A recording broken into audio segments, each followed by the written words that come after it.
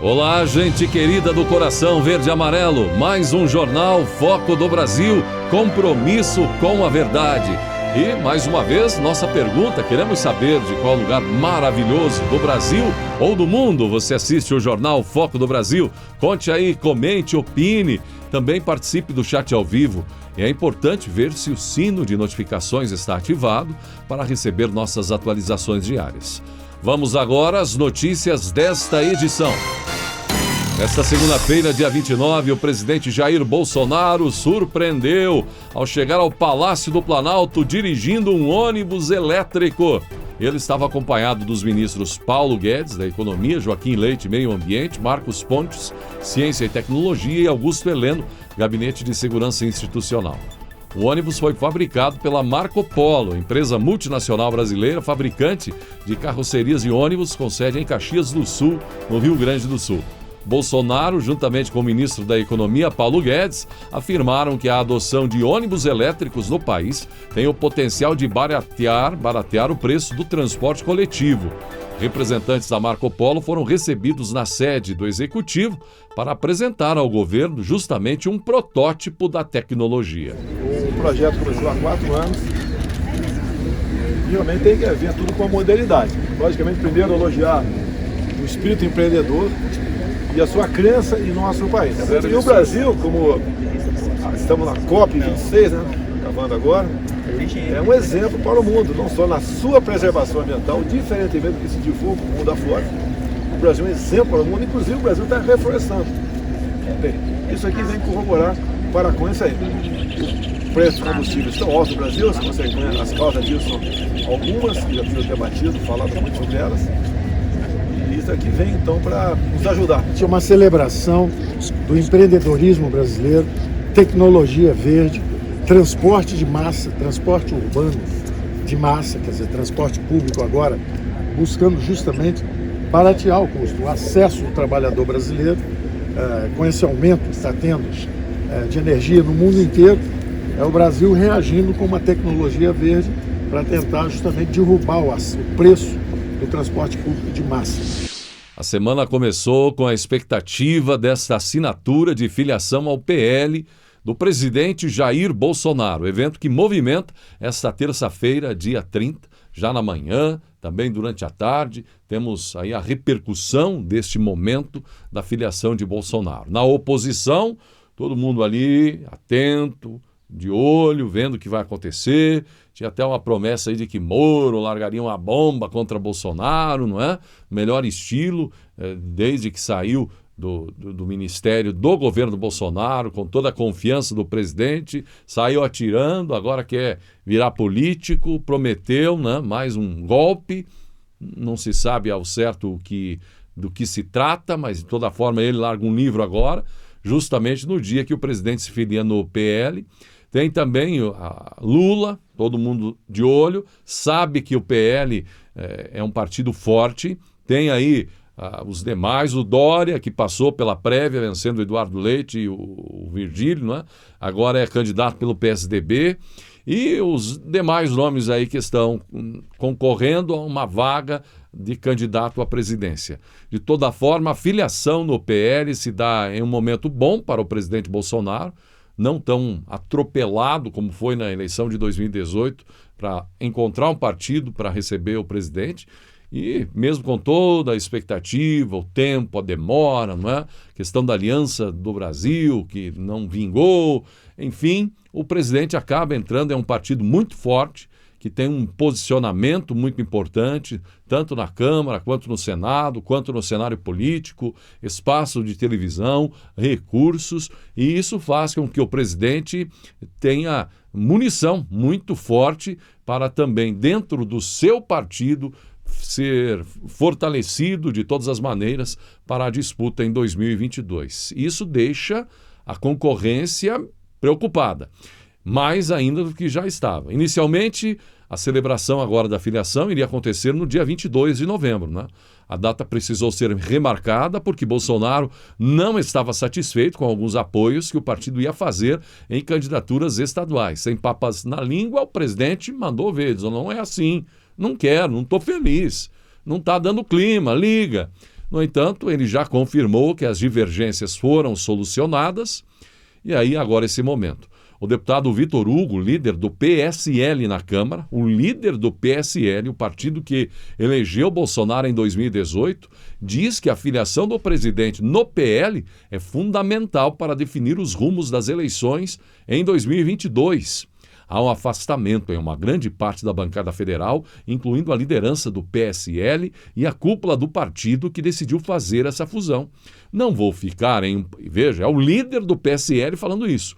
Não vou ficar em um partido que quer defender, fortalecer, estruturar uma terceira via no que diz respeito ao Palácio do Planalto, afirmou Vitor Hugo, que admite conversas com o PL também, prevê a migração de pelo menos 30 deputados do PSL, o tal do 17, para a sigla PL. Pode ser que algum deputado federal que apoie o presidente acabe indo para um partido que não o PL, para ajudar a construir essa nova bancada de deputados e senadores. Queremos que tenha o maior número possível para que já comece o novo mandato do presidente com uma base consolidada e com facilidade para avançar nas pautas tão importantes que temos, disse otimista Vitor Hugo. Sou um soldado do projeto de consolidação da direita no Brasil. E hoje, o nosso general é o presidente Bolsonaro. E o principal projeto nosso é a reeleição dele, para que o país siga. E a gente espera que siga pelos próximos 100, 150 anos, tendo presidentes de direita eleitos e reeleitos, completou o deputado. E não foi só o Palmeiras que venceu no sábado. O SBT humilhou a Globo, gente, e repercutiu em canais, portais que tratam dos assuntos da televisão brasileira, enfim. O final da Libertadores teve o SBT com vitória histórica e humilhante sobre a Globo, com palmeirenses felizes, aliás, cumprimentamos os palmeirenses, não é? E flamenguistas tristes. No sábado, dia 27, o SBT conquistou essa audiência histórica sobre a Globo com a transmissão da final da Libertadores 2021. Na vitória do Palmeiras sobre o Flamengo na prorrogação, a emissora de Silvio Santos que está rindo à toa, gente, registrou 26,13 e o pico foi a 31, o SBT. A Globo, sabe quanto? Míseros 9,3 pontos de audiência. Globo São Paulo, 30, pico de 32 contra 9 no Rio de Janeiro, de acordo com dados prévios do Ibope do período da partida. Segundo dados prévios divulgados no Twitter, o SBT não teve dificuldade alguma para conquistar a ponta já no início da partida. Na prorrogação, a partida chegou a atingir pico de 30 pontos em São Paulo, a média foi de 25. A concorrente Globo ficou com míseros 9 pontos. Já a Record TV marcou apenas 3 pontinhos. A vitória, gente, se torna histórica porque foi a primeira vez que a emissora do dono do baú, Silvio Santos, conseguiu bater a Globo no Rio e em São Paulo desde a volta da emissora ao futebol em 2020. E tome-lhe susto na Globo. O Ministério da Saúde e a farmacêutica Pfizer assinaram um contrato para a compra de 100 milhões de doses da vacina contra a Covid-19 para aplicação em 2022. A expectativa, segundo a pasta, é que os imunizantes comecem a ser entregues nos 3 primeiros meses do ano. O contrato prevê ainda a aquisição de mais 50 milhões de imunizantes, caso haja necessidade. As doses devem ser entregues de forma trimestral, sendo 20 milhões até março, 25 milhões até junho, 35 milhões até setembro e 19,9 milhões no último trimestre.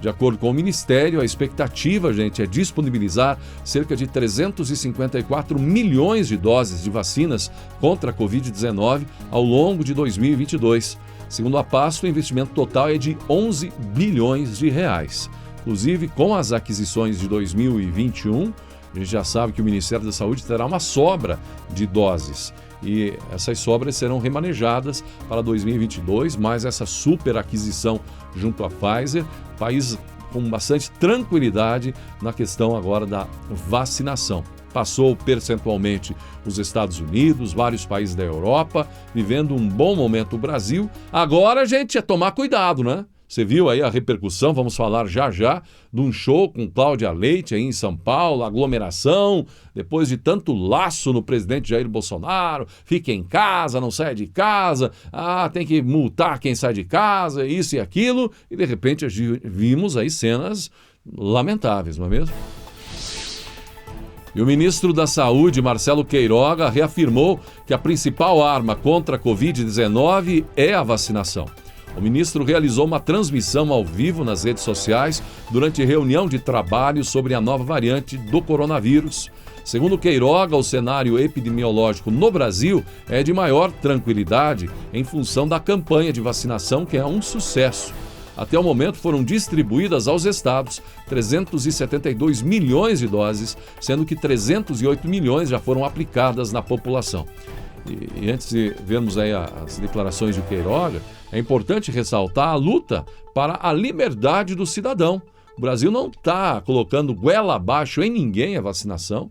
O presidente é um defensor da democracia, da liberdade, do direito de opinar e escolher, e talvez seja justamente isso que esteja fazendo a diferença. Porque lá fora há a desconfiança, há a imposição, não é? E não estão conseguindo fazer a população ir para a vacina. Aqui no Brasil, não. A liderança maior do país defende a liberdade, defende a questão da escolha, e a população está se vacinando. Veja você a importância da liberdade, como o próprio presidente ressalta sempre, da democracia, da liberdade que o cidadão precisa ter para escolher e fazer na boa vontade o que deve ou precisa ser feito. Agora vejamos o que diz então o ministro da Saúde, Marcelo Queiroga. Gostaria de tranquilizar a todos os brasileiros, porque os cuidados com essa variante são os mesmos cuidados com as outras variantes. E a principal arma que nós temos para enfrentar essas situações é a nossa campanha de imunização. E agora tem até a data marcada. Será nesta quarta-feira, começando o mês de dezembro, a partir das 9 horas da manhã, a sabatina do ex-ministro da Justiça, ex-advogado-geral da União, André Mendonça, para a vaga de ministro do Supremo Tribunal Federal. E olha, o nome de André Mendonça é aguardado com expectativa na própria corte. O presidente Fux, não é, da corte, aguarda com expectativa, há muito trabalho pendente devido a toda essa demora, não é? Fux aguarda e já tem planos para acelerar o trabalho da corte com a presença de André Mendonça. Agora, a questão de passa ou não passa, vamos ver o que acontece, não é, nesta quarta-feira. A sabatina será realizada na Comissão de Constituição e Justiça do Senado, terá como relatora a senadora Elisiane Gama, indicada pelo presidente da comissão, Davi Alcolumbre. Vou me pautar por informações e também pela boa técnica legislativa, sem qualquer preconceito político, ideológico e muito menos religioso. O que importa neste momento é o currículo e a capacidade técnica do indicado, disse a parlamentar. André Mendonça foi indicado a uma vaga na corte pelo presidente Jair Bolsonaro ainda no dia 13 de julho. Então tem a sabatina, a avaliação pelo plenário, não é? E a mensagem com a indicação chegou à CCJ no dia 18 de agosto, mas só agora veremos a CCJ se mexendo. A demora de Alcolumbre em agendar a sabatina foi questionada por diversos parlamentares, pelo presidente, fato que gerou incômodo, foi classificado como um embaraço pelo presidente da comissão. Segundo Alcolumbre, a definição sobre a pauta das comissões e do plenário cabe aos presidentes e a escolha não tem a ver com religião ou ideologia. Saber lá, não é? E ao lado de André Mendonça, o presidente Bolsonaro gravou um vídeo de apoio. A todos os brasileiros, chegou a hora. Em menos de 48 horas, se Deus quiser, o nome do André Mendonça será sabatinado no Senado Federal. A gente espera, obviamente, que seja aprovado e tenhamos, então, um representante de todos nós dentro do Supremo Tribunal Federal. André, boa sorte. Senhores senadores, a gente pede no coração que aprove o nome dele. Obviamente será sabatinado, mas temos um entendimento que ele está habilitado a exatamente exercer essa função.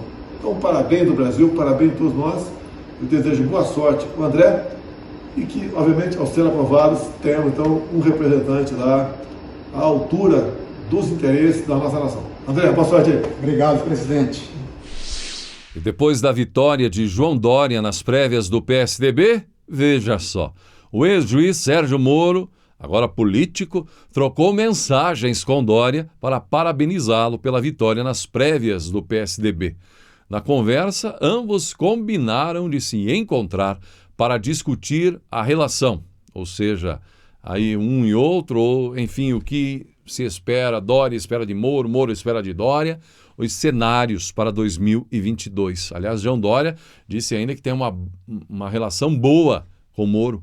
Gosto do Sérgio Moro e somos amigos, importante estarmos juntos nesta frente democrática liberal social pelo Brasil, disse Dória à CNN.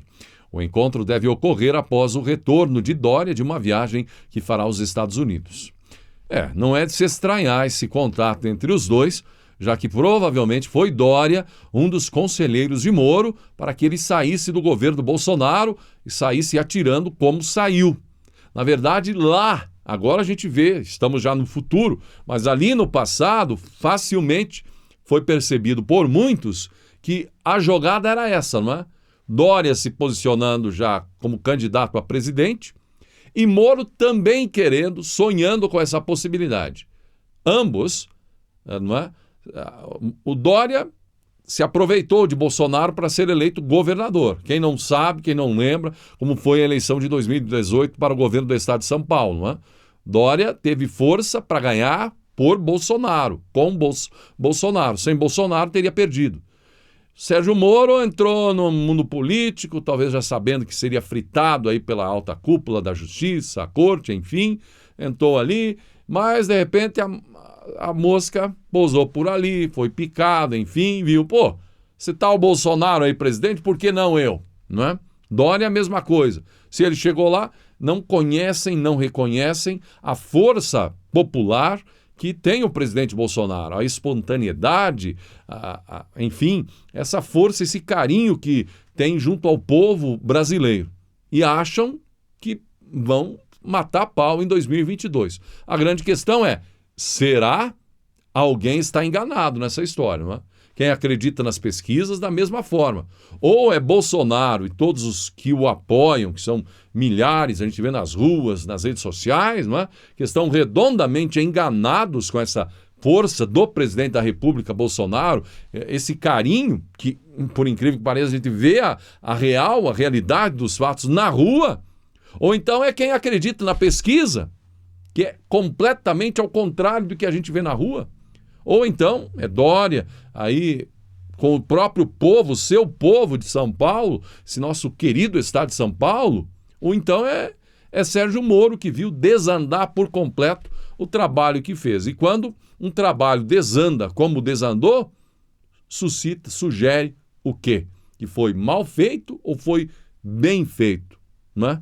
Então, entrou no mundo da política e tudo isso vai ser questionado mesmo. As armações, a trairagem, como se foi muito falado nos últimos meses aí. O que será em 2022? Vamos ver. O ministro das Comunicações, Fábio Faria, e o deputado federal Eduardo Bolsonaro criticaram o governador João Dória por ter autorizado o show com a aglomeração da cantora Cláudia Leite em São Paulo, no sábado 27 de novembro. O show foi realizado em um trio elétrico no estacionamento do Espaço das Américas, em São Paulo. A cantora puxou seu bloco com milhares de pessoas aglomeradas ao redor do veículo e sem máscara. No Twitter, Fábio Faria disse que o show parecia uma comemoração do surgimento da nova variante do coronavírus. O ministro ainda questionou Dória sobre se as pessoas que estavam no evento sem máscara seriam multadas. Ontem, São Paulo estava comemorando a Omicron sul-africana. Dória, você vai multar os que estavam sem máscaras? Nunca foi pela pandemia, sempre foi pela política e contra o Bolsonaro. Não vi uma linha dos que tanto criticam o presidente. Cadê a coerência dos críticos? Seguimos. Também, em comentário irônico, o deputado Eduardo Bolsonaro disse que as medidas restritivas em São Paulo, pela vida, é pela sua vida, sim, pode confiar, ironizou. Você não sabe o que é melhor para você, mas o papai Estado sabe, com ironia. O assunto foi amplamente comentado pelos usuários das redes sociais que colocaram a hashtag Cláudia Leite, genocida, como uma das mais comentadas no Twitter. Nas imagens do show é possível ver dezenas, centenas de pessoas sem máscara, aglomeradas em frente ao palco. No Instagram, Cláudia Leite disse que o evento foi realizado com limitação de público, exigência de comprovante de vacina e outras exigências sanitárias estabelecidas pela Secretaria de Saúde de São Paulo. A pergunta é, será? Lacombe detona Lula. O jornalista comparou as opções para as eleições presidenciais 2022. Moro, Dória, Ciro, Lula, Bolsonaro. Como se fosse uma prova de múltipla escolha. E, segundo ele, a primeira opção a ser eliminada seria o Lula, que ele descreveu como de uma desonestidade absoluta.